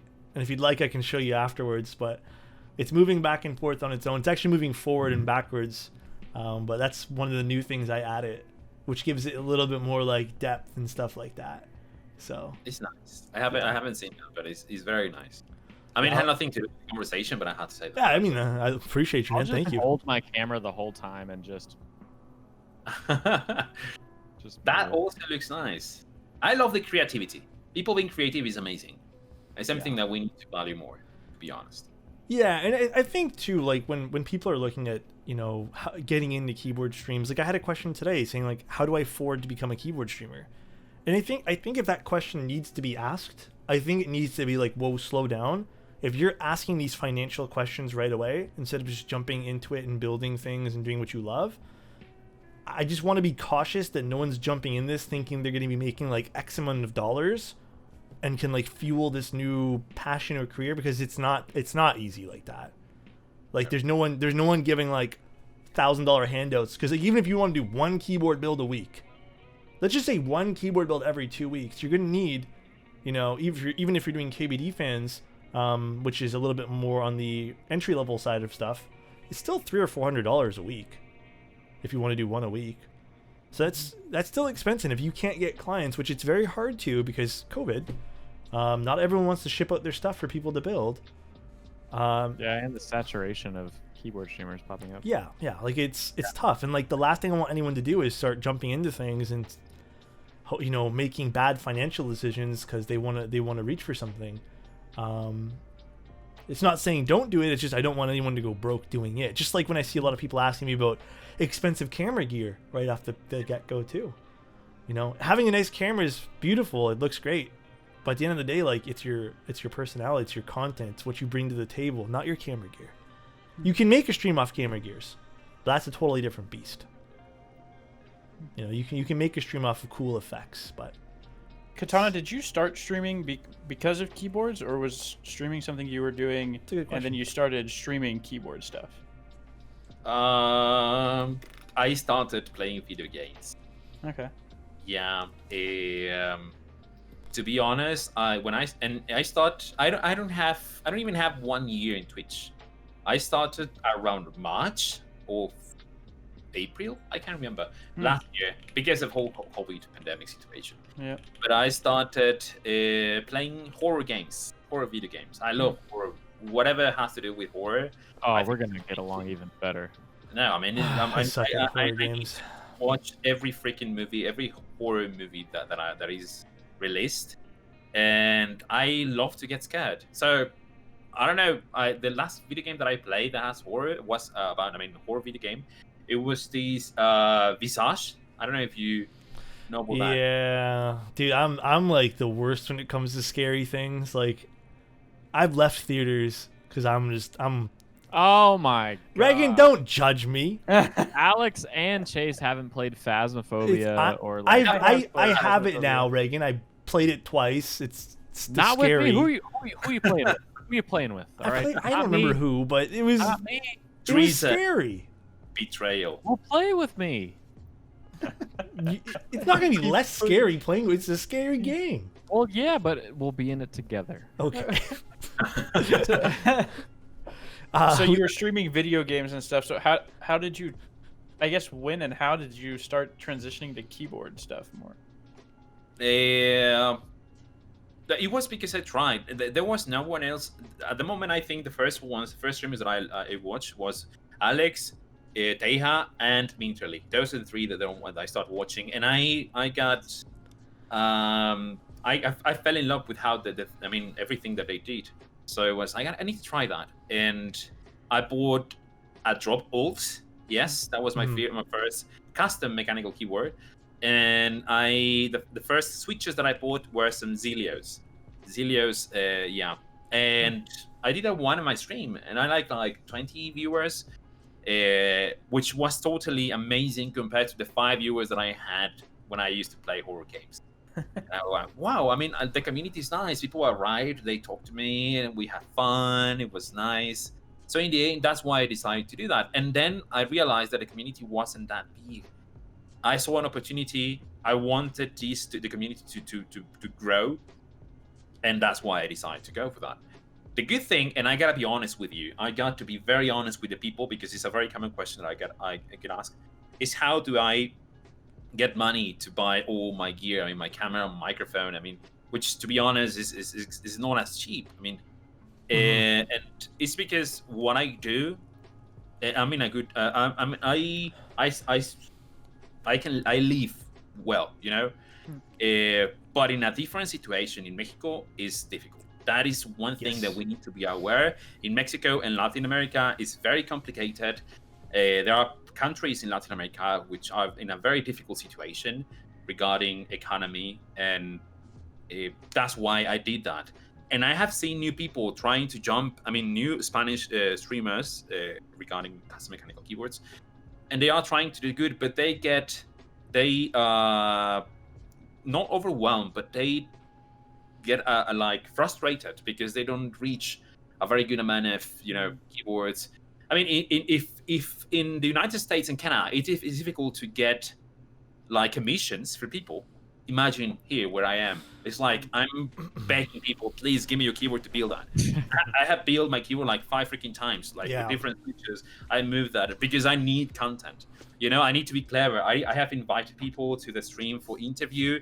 I had Teja, I had Southern, I had Jorge, Diego. I invited Alex, and he never answered me. No, I'm joking. But I'm one time constraints in my interview, which is because I need to have more content. So I understand the frustration, but this is the way I started. It's been a ride. Not difficult, but complicated in a way. Yeah. But amazing. Yeah, and like I guess like when like a lot of people probably didn't know about this when I started, but like I had comments about like, oh, Alex is doing this for like money and stuff like that. But when I started, like every single keyboard, and I never did a commission. I didn't have any. It was all my. This is most of the stuff you see, with the exception of maybe like it's all my stuff. Like I buy all this stuff. Prototypes. Obviously, I'm giving them. Usually, you send them back, but like I'm given some opportunities, yes, with prototypes, but a lot of stuff I buy. It's all my stuff. That's what people don't realize. Like these shelves are just like littered with keyboards, and that, I'm grateful because I'm in a situation where I've worked my ass off the last. Like I don't have any education. I never got the opportunity to. Growing up, we didn't have the money, but I put myself in a situation where I worked really hard every single day and got lucky with the job and can afford this kind of stuff. But we have a bunch of questions for you that I want to ring off here. Stray Chroma says, how did it feel switching from games to keyboards? Which I guess you kind of touched upon, but did it feel good, I guess? Yeah, good. I want to play video games once again, but I don't have the time. I mean, just before stream, I was telling the guys that I was playing League of Legends, and that's the reason. I mean, as soon as I finished playing the game, which I lost, which we lost, by the way, not my fault. I realized that's the reason why I don't play that game, because it brings like the worst person in me, and it feels bad because I gotta be honest. I mean, if I didn't have the interview today, I mean the Keebcast, I would continue. I would be playing now, yelling and like, in a very mad mood. League of Legends is one of those games, man. I can't do it anymore. freaking addictive. But I love to play video games. Actually, there is one in Xbox Game Pass that is called Man of Medan. I don't know how to pronounce that. Which is a series of horror games. I don't know if you heard of these. These are from the same producers or directors from the one from PS. All Until Dawn. I don't know if you. Yep. That one. Because I really enjoy playing horror games. I really love to play horror games. I need to play Phasmophobia, whatever. Do you play Phasmophobia? I haven't. I think I downloaded that. I haven't. Because I don't have friends to play. It's gonna be Reagan wants to play with you now. Dude, he loves Phasmophobia. I don't. It was okay. And I was playing with Hamaji Neo. It was a lot of fun. You got to play with us. Since Alex and Chase don't want to play scary games, I'll play with you. Chase, are we getting shamed right now? Minecraft is a little too scary for them. Just like, Salt. Whoa, chill. Minecraft is actually hella scary when nighttime turns on, dude. I'm time skipping today. All right. I have a question for you, real quick. What's your favorite video game ever? Only one. The Witcher. The Witcher. Which one? 3. Okay. Yeah, it's a good game. Very memorable. That sticks out the most in my mind. Chase? Only one. Halo 3. I was going to say Halo 3. Now you can't say Halo 3. I was going to ask you all time, and then if you said yes, I was going to say Halo 3, because playing that in like middle school, getting Xbox Live Gold, that was the move. Yep. Middle school? How old are you guys? I think I'm the oldest around here. How old are you? 24. Wow. I'm 25. I'm 29. I'm turning 30 this year. Wow. Well, I'm older. 34. I'm turning 35 like in 2 months from now. Oh, okay. So I mean, you're gonna be in well, I'm gonna be in my 30s this year, so we're gonna be in our 30s. You're gonna be fine. I mean, there is a moment that you start realizing you're. I mean, that time is I do it now. Like, I talk about age as like a joke, but like at the end of the day, like I am the first person when people start saying, well, you can't do this because you're gonna be this age. Like, it doesn't fucking matter. Like, I've done things that, like, sometimes I act like, a kid because like I get excited about things. But age is just a fucking number. Like, I know it seems so cliche, but it's really the truth. Like, who cares? It's in your mindset, right? It's your mindset, right? Like, I think a really interesting way to look at age, to make yourself feel better about it. This is a good life tip, by the way, guys. Some people look at their age. So, for example, I'm turning 30, and the average age, I don't know. Let's just say, like, I think I'm going to be living till 80. Let's just say that. I don't know. I'm making up a number. So some people would say they have 50 years left to live. Instead of thinking that way, you should probably take it and looking at, okay, well, I've lived 30 years now. I potentially could live another 2 of what I've already lived. Imagine what you can accomplish. Imagine taking that. Gary V said that. So imagine now taking that number and I'm living another 2 of these. Like, that's. When you think about the first 10 years of your life, you probably hardly remember. Yeah, you're learning, exactly. Right? So, like, and now imagine like that. Like, that's a lot of time. Yeah. Like, instead of thinking left, because that's very negative, right? So it's very interesting. I want to go back and ask Katana, what is your favorite game of all time? League of Legends. No, that'd be on his least favorite. No, my favorite is gonna once again sound very cheesy, but this is something that probably you were too young to play this game, and it doesn't sound as nice in my head, but it's The Legend of Zelda: Ocarina of Time. I played. I mean, that's actually one of my favorite, man. Yeah. Nintendo 64. Yeah, but I have it still. 5 years old. You were like 5. I was like. And what? I still played it. I still liked it. I don't think I played it when it was like. Oh, wait, when did it come out? Chat. When did The Legend of Zelda: Ocarina of Time come out? Dude, that came out. Oh my god. 98. In the 98. But I was 7. Outside, like doing something. No, I didn't. I had Nintendo. My dad was big into computer games and stuff. So I actually had MS DOS system in my computer. Like, I played Where in the World is Carmen Sandiego on like an old ass computer where it was like a text-based game. We also had like a bunch. We had like Dark Forces, Star Wars Dark Forces, Amok, like a bunch of like the original System Shock. We had a Super Nintendo. with the glove, the power glove, which I only played a handful of games with. Trigger. You play Chrono Trigger? That's like the best. Yeah, RPG. like we had Chrono Trigger. We also had Duck Hunt with the. We didn't have the guns for Chrono Trigger though, but we had the guns for Duck Hunt. But again, we never really played much Super Nintendo because that system actually died fairly quick. We even had Final Fantasy from the Super Nintendo. If you remember Final Fantasy. Hell yeah. Yeah, man, that was a very good. And this is something that I get surprised because there is one kid that is on my server, my Discord server, which is he is like 12 or 14 or 15, around the 13 years old.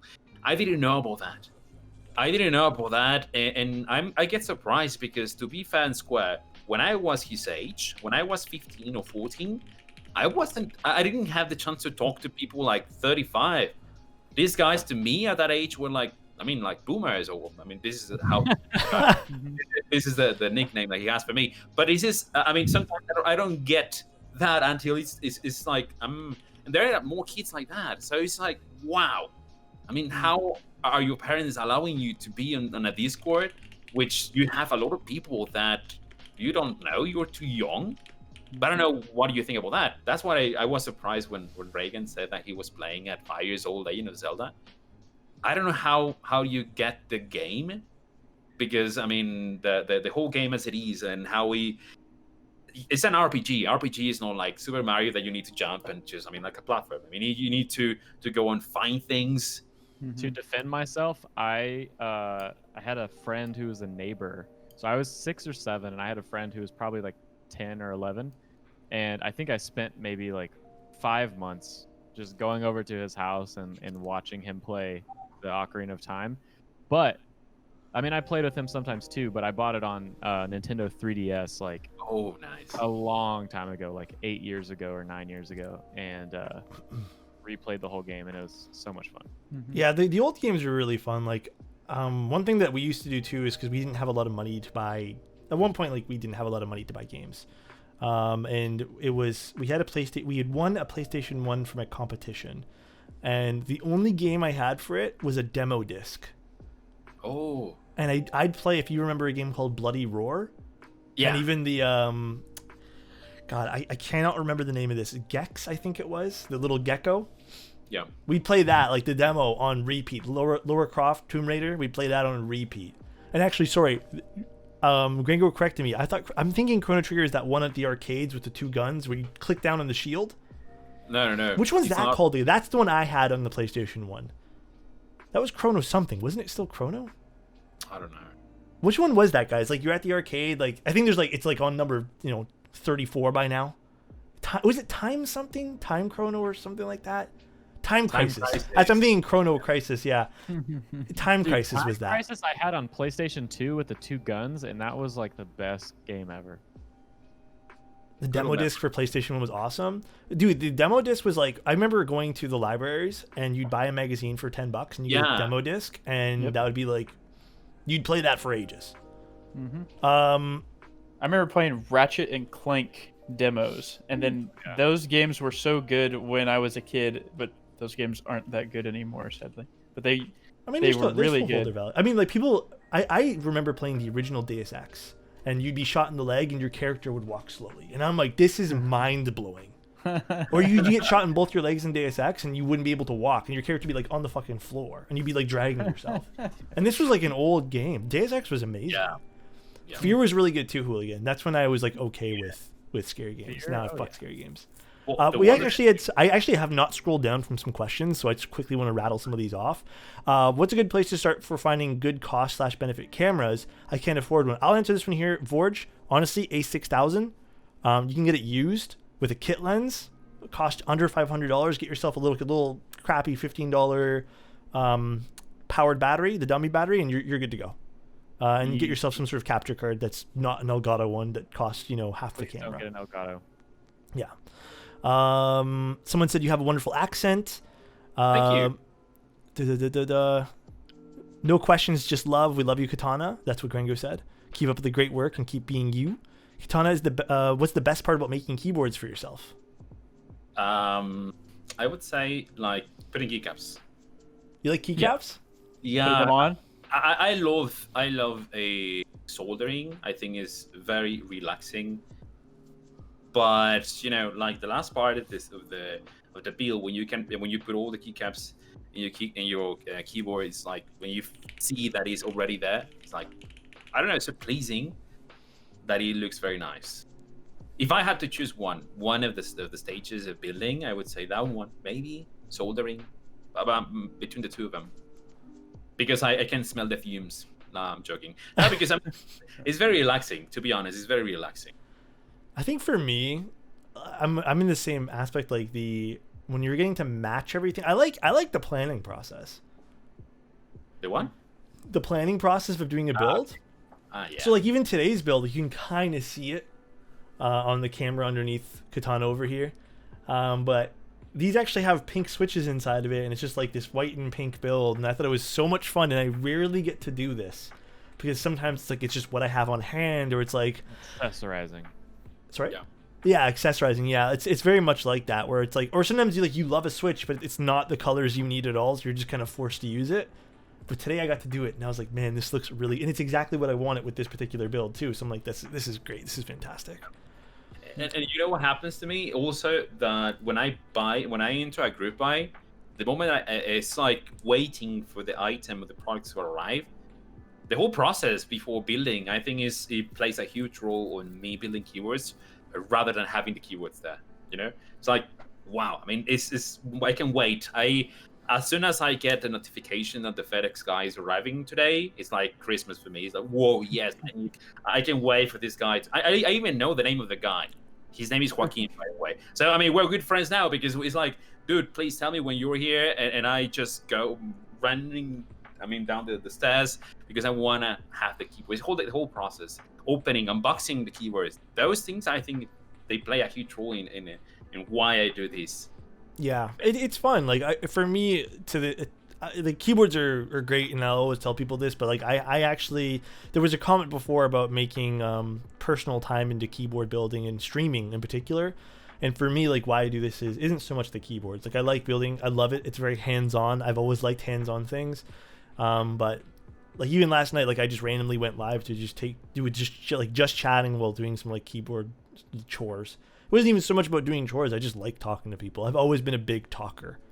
Sometimes I won't shut up, and I know that's like a fault of mine, but it's just fun to me, right? It's just fun. Someone said, this is a really off-topic question, but is there a place/service where one can get custom full keycap sets, like one-offs? So I want to say that's like a very interesting / almost dangerous question to ask, because if you give someone the access to do that, there's no stopping them from taking an already existing set and then getting that reprinted. So truthfully, I don't know if there is, and there probably is. I just don't know.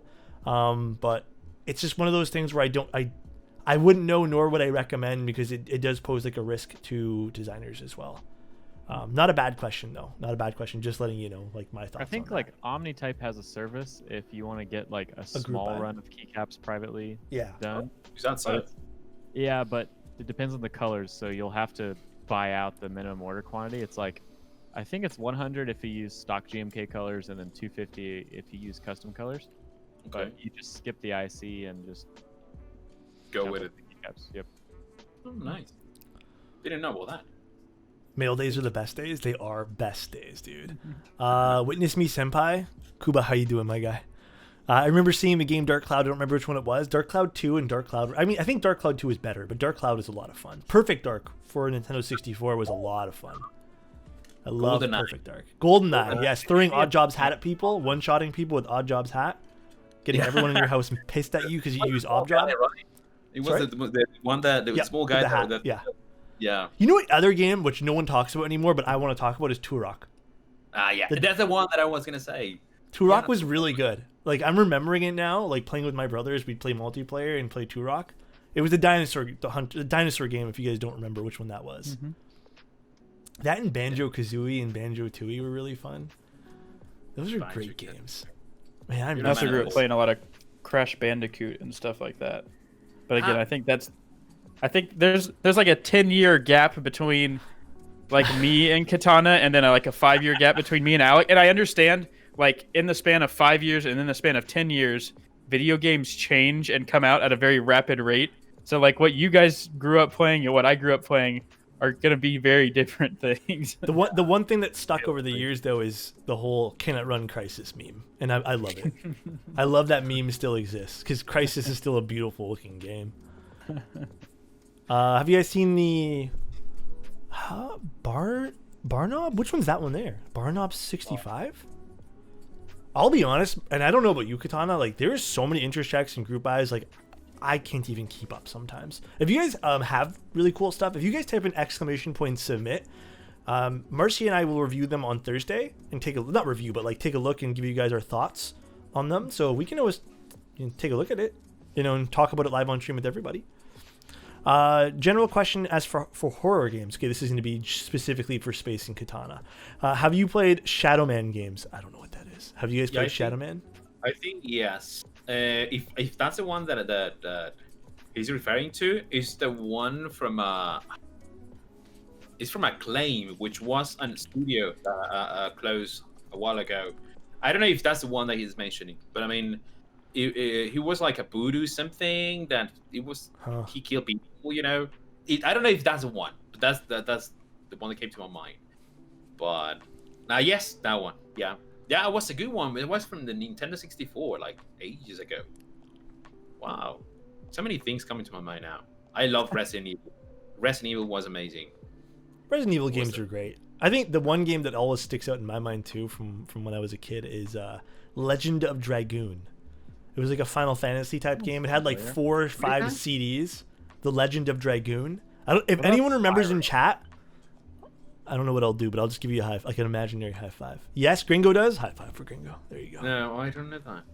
Sounds like a Dragon Quest or something. No, I have no clue.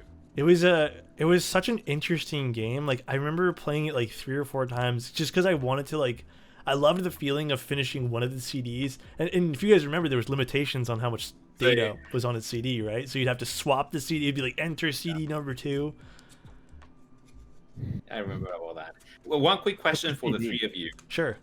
Because I want to know about that. Not taking into account PC, what's your favorite console or company? Nintendo, Sony, or Microsoft? I mean, Xbox, PlayStation, or Nintendo? Sony. I'd say Sony too. The one reason I love Nintendo games, don't get me wrong. I'm gonna curse and swear here. So if anyone needs like a warning, I fucking hate how behind Nintendo is on online games. Like it's like they live in a basement and they're like, no, we don't want to look at the outside world. We're just gonna continue to make the same shitty online play that we've done forever. Like, it's just terrible. You can't play with anyone. They don't want to do that, right? I mean, they refuse to do something all that. There's like coronavirus and like you literally can't go outside and like you still got to go to each other's house to keep playing. Like, that's the way we're gonna keep making our games. Continue to go outside.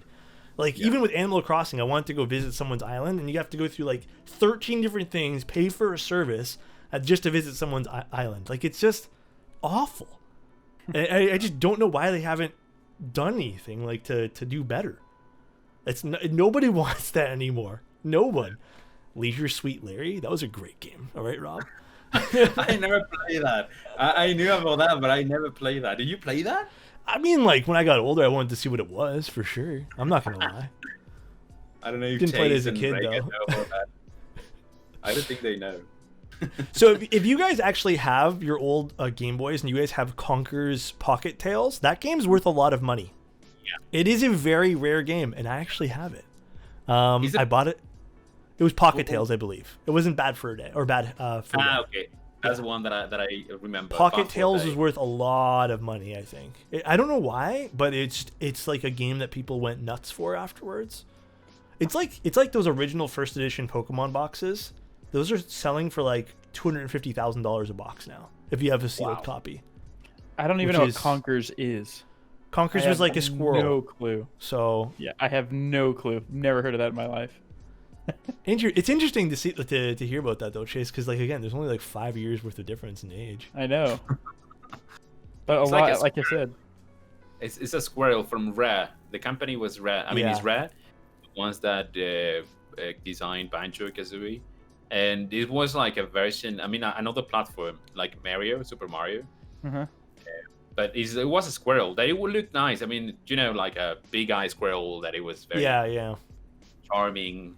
Hmm. But they decided to go in the whole mature section, or I mean for the people, all the people, and they designed this game, Conquer Bad Fur Day, which was full of, you know, like a reference to sex violence and a bunch of things that I mean, for the time was like, wow. And so it had a wasn't really even- mature rating to it. Exactly, yes. Huh. Yeah, Yeah, and it was one Nintendo- of those games where it was like back in the day you didn't find like those type of Exactly. games. Like it was Interesting. interesting. And I remember buying it, or I think my grandmother had bought it for us, and we played it, and it wasn't honestly, it wasn't the greatest of games. And then when I got older, people would, like, I would go to like these things, like these game swaps, and people would be like, Conkers. And I went home one day, I'm like, I have Conkers, and it was worth a lot. And I was like, wow, that's interesting. I don't really sell a whole lot of things, so it's like I'm a hoarder in that sense. But yeah, like, or I just give it away if I don't want it. But was basically Rare's FU to everyone saying they only make kiddie games. Yeah. Conkers was a very interesting time in video game history. But then again, same with, I mean, like, I'll keep bringing it up. Same with when Crisis got released, because nobody could run the damn game. That was so much fun to me, watching everyone stroll to play this game. Like, I remember, like, if you got 11 frames, it was like a big deal. Now it's like 11 frames. Might as well just toss the computer out.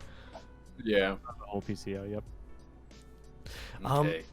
But guys, we already passed our one. I mean, time flies when you're having fun, I guess. We are hitting our hour and a half mark. Chase, do you want to ask the question? Yes. Okay. So I did prep him a little bit for this one beforehand, but it's been an hour and 45 minutes since then. So right now, within the community and everything, what right now is something that you're really excited about? / like what are you really enjoying within the community and looking forward to, like, seeing it move forward? And then on the opposite end, what's something within the community or within the scene that you think needs to be changed, or that you're kind of scared of what it's going to pan out to become, I guess? Okay. Well, the good thing, well, how companies are starting, and this is probably a very common answer, but how companies or new vendors are starting to embrace the entry level keyboards, you know, like offering the chance to new people that those things, you know, like you don't have to spend hundreds of dollars to buy a keyboard. Just the keyboard is just over there.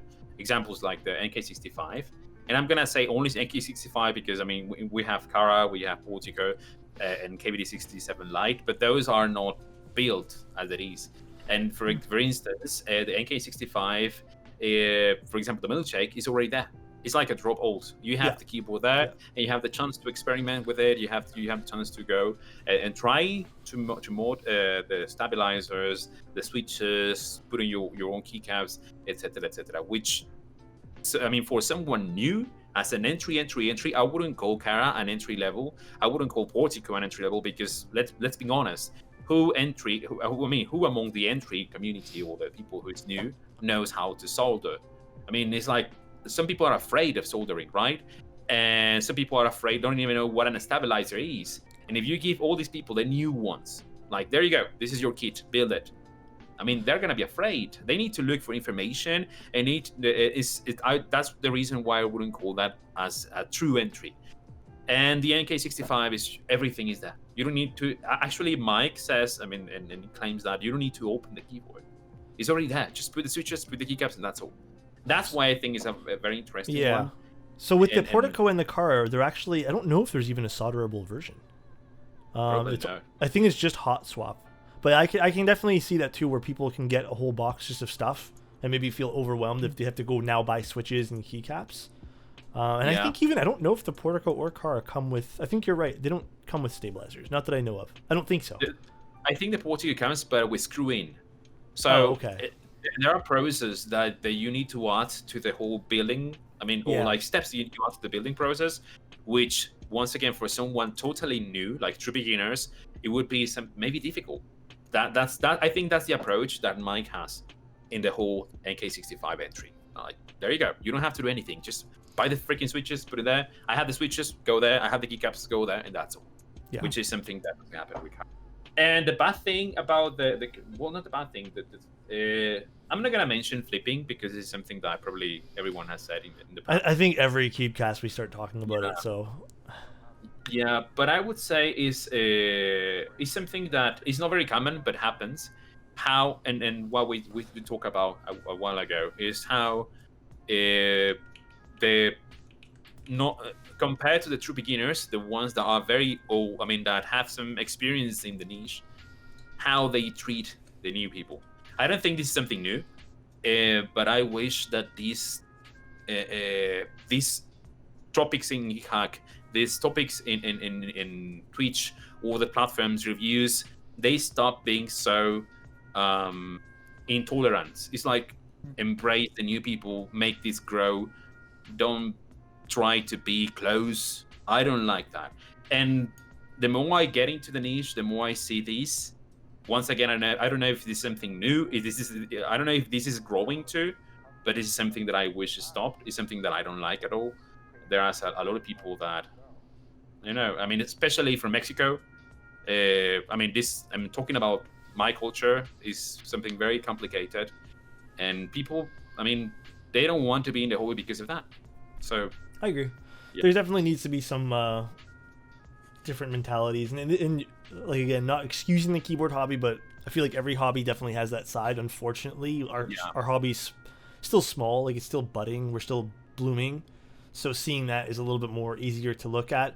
And with anything too, like one thing that I love is when people talk about positive experiences, and that's why we actually changed this question. Because I think it's very easy to talk about negative experiences or to speak negatively or give bad reviews or bad criticism about someone, but it takes a lot of effort to be happy with something and talk positively about it, because there's no real like if you're happy with something, there's no incentive to talking well about something, right? Exactly. So that's one thing that I'd love to encourage as well. But yeah, if you guys haven't, by the way, if you guys type in !guest, you can see all of Katana's socials. If you guys want to go follow him on any of his socials, you should definitely check him out. Can I ask you, like, it's not even a question, just one thing before we go? Yeah. We have time? It's for the three of you. Okay, I don't know if you have seen this. You know that I have some interviews in the past, with the ones that I mentioned, Teja, Jorge, blah, blah. And then what I usually do, because I think it's very funny, to connect in a different level of regarding culture, all right? I know you guys that you don't speak it's very few words in Spanish, and this is no in any means, I want to say that, to bully you regarding my language and yours, all right? I already know what you're gonna ask. Let's do it. This is just to have fun, okay? Usually what I do, I prepare a segment on my channel, but in this case, it's gonna be difficult. But what I want you to help me is, I'm going to help you, because hopefully in the future, we will be able to meet in person, right? Yeah. Whether it's in the US or Canada or in Mexico, whatever, it's going to be amazing. So for that to happen, I think you should be prepared, especially for the Spanish community, all right? So whenever you say, hola, mi nombre es Alex, mi nombre es Chase. Well, actually, what's your name, Chase? That's Chase, yes. Okay. So my name is Chase, my name is Reagan. Me gustan los teclados, or something else. I think it would be wise for you to know how to say that, so you can have a very good experience. So just to have, I'm gonna show you like 3 objects, and see, and if you know how to say those things in Spanish. Let's do it. I mean, like I won't know, but if you teach me the words, then I probably you probably know. I think you would know. All right. The first one is actually it's something that probably everyone is expecting. The keyboard. Keyboard. Easy. Do you know how? No. Do you know how to say this in Spanish? No. I do not actually at all. Okay. The word for keyboard in español is teclado. Teclado. Teclado? Teclado. Así es, indeed. How do you? Yeah, I was gonna say, how do you spell that? Teclado. Teclado. Exactly. Okay. You gotta roll the D. What? Teclado. Okay, chat. I'm learning. Teclado. There you go. Very good. Reagan, I can lead you. Teclado. Very good. So for reference here too, chat, I'm Spanish might be I guess the second language or something they learn in the United States. We learn French here. So this is like all brand new to me. In French, it's clavier, right, or something like that. French is what? French is Sorry. clavier with the C. Yeah, right. I Okay. don't know. The I didn't next learn one. that much. I only know 4 words. This is a switch, right? Yes. This one is tougher, all right? I'm going to give you that. This one is pronounced interruptor. Oh, that's a long one. Interruptor. Interruptor. I'm going to Yeah, write yeah. that in there. I need the phonetics. Interruptor. Interruptor. Oh, it's like interrupter. Interruptor. There you go. Yeah. Interruptor. That is so weird because like that is that 1-for-1 spelling in English for interrupter, or is interrupter with an er? Is interrupter? Is that even a word? I don't know. Like you're being interrupted, I guess. Interruptor. It'd be I don't ER in English, yeah. Okay. Okay. It's think- literally no. named what it does. No, it'd be that's the correct Is it? spelling in English. Yeah. Interruptor, right? Yeah. Interruptor. Interruptor. Interruptor. The Okay, stress okay. is the tor. There you go. Very nice. Good pronunciation. Okay, the next one. I have it here. I lost it. So we've learned teclado, interruptor, and we're gonna learn something else. Same as in French, guys. Like when I tell you guys about French, I literally know 4 words, and that's how to say hello. Yeah, I was about to say cat is gato. Gato. Yes, gato. Very good. But this one, I wanted to introduce you my cat. This one, she's name is Momo. Momo. Momo. Yes, with the stress level in there, and she likes to lick. Reagan, where's your cat at? Mine? Yeah. In the loft outside my room. Your room? Yeah. Gato. Okay, and the last one. So I won't. We will finish this. Do a this bonus one, yeah. This. Oh shit. Well, no, you know this one. Oh, the USB. Probably. Cable. Very good. Cable. I know that Tablet? one. That's an easy one. That's an easy one. That's an easy one. I think the Switch one might have been the most difficult. Interruptor. Yeah. There are more words, but I mean, with this, I think you're gonna be fine. If you're gonna decide to come to Mexico and ask for keywords, quiero un teclado, quiero lubricante. Lubricante is lube. That's an And easy one to remember. Yeah, Lubricante, yeah. I mean, they are fairly. And the good thing about that is that all of people here in Latin America, we use the same words. So we don't say interruptor. We say compré unos switches. This is how. This is, A curveball, bro. It's called a switch. this is how we use that. It's like, also, I just compré un set de keycaps. This is how we say the things here in Mexico. So I have a question. Do you guys have like, because I know in Italy this is very much a thing. Is there like a lot of different dialects? Yes. Well, in Mexico, yeah, we do have. But to be honest, I don't know how many they are. I don't even know any words about and how to say words in them in the dialects. But what we have is accents. I mean, just like you guys. Yeah. Depending on where you live, you have accents. Yeah, we also do have. We have the northern accent, which is where I come from, which sounds like a ranch guy. I mean, like a cowboy. You want to say it like that.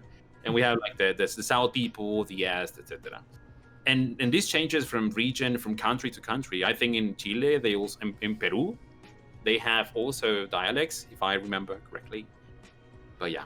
Yeah, with I think with English, it's would you say dialect? I think it's more pronunciation and some spelling. It's just accents. Like accents play a huge thing. Like for example, I say sorry because that's just like we go overboard with some of our like O's and stuff like that. Apparently, I don't know, or like I say house like roof.